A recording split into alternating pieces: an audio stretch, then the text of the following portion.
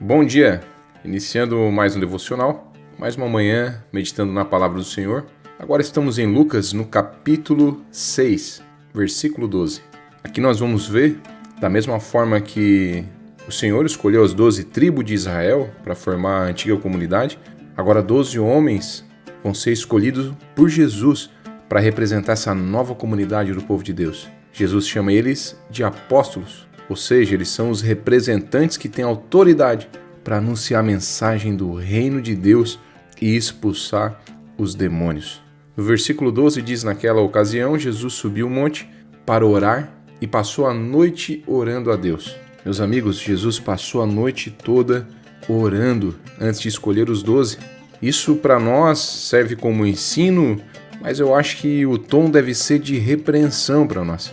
Nós que nos nossos atos impulsivos, muitas vezes, agimos de forma independente de Deus, ou seja, não perguntamos para Deus as decisões. E aí nós vemos Jesus parando e orando uma noite inteira para apresentar os 12. Isso é magnífico, isso é um ensino poderoso. E aí diz que quando amanheceu, ele chamou os seus discípulos e escolheu 12 deles.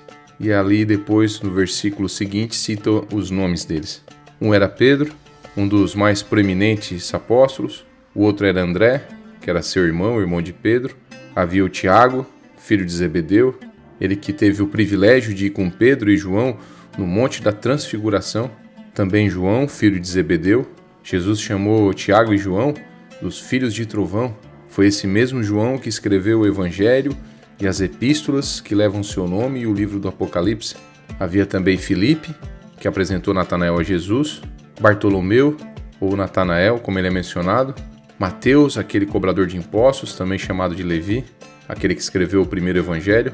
Tomé, aquele que não creu que o Senhor havia ressuscitado até ver a evidência conclusiva para ele. Tiago, filho de Alfeu, talvez tenha sido aquele que tomou o lugar da responsabilidade na igreja depois que o Tiago, filho de Zebedeu, foi morto por Herodes. Simão, chamado de Zelote, pouco é conhecido dele pelas escrituras sagradas.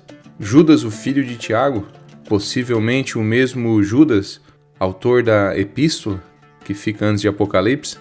E Judas Iscariotes, o único dos apóstolos que não era da Galiléia, o traidor do nosso Senhor, aquele que foi chamado por Jesus filho da perdição. Quando olhamos para essa lista e depois acompanhamos um pouco que conseguimos da vida deles, nós conseguimos ver que não eram homens de grande intelecto, grandes habilidades de liderança, de pregação.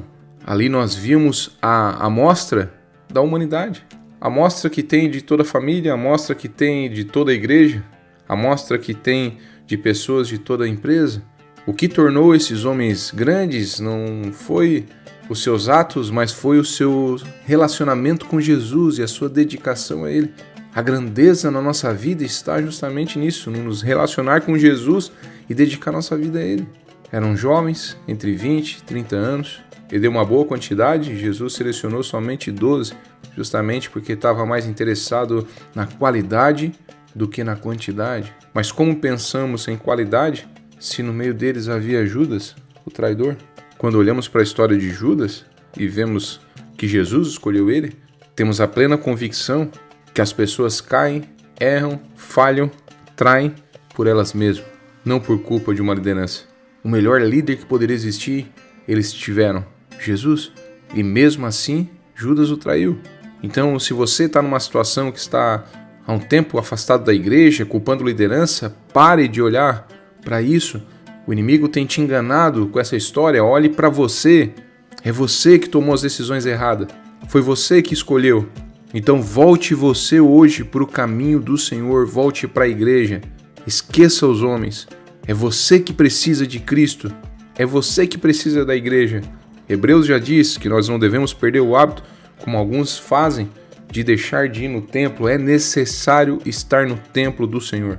E esses homens marcaram uma geração, não pelos seus feitos, mas justamente pelo aquilo que Cristo fez através da vida deles. Esse é o meu desejo para você que está me ouvindo.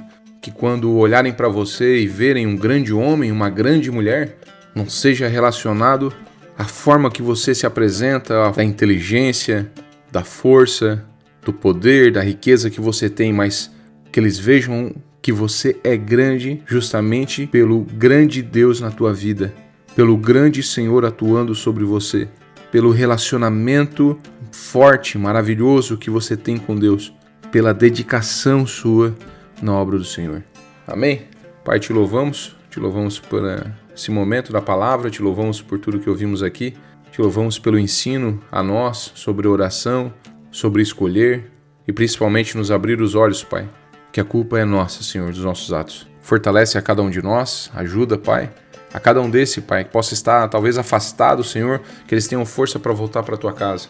E aqueles que talvez estavam dentro da tua casa, mas agora pensando em sair por alguma liderança, que os olhos se abram, Pai, e eles possam servir somente a Ti mesmo, Pai, e não perder o hábito de estar na tua casa, adorando e oferecendo oferta, Pai, a Ti.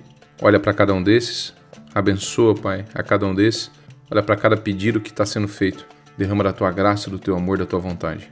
Nós Te amamos, Senhor Jesus. Amém.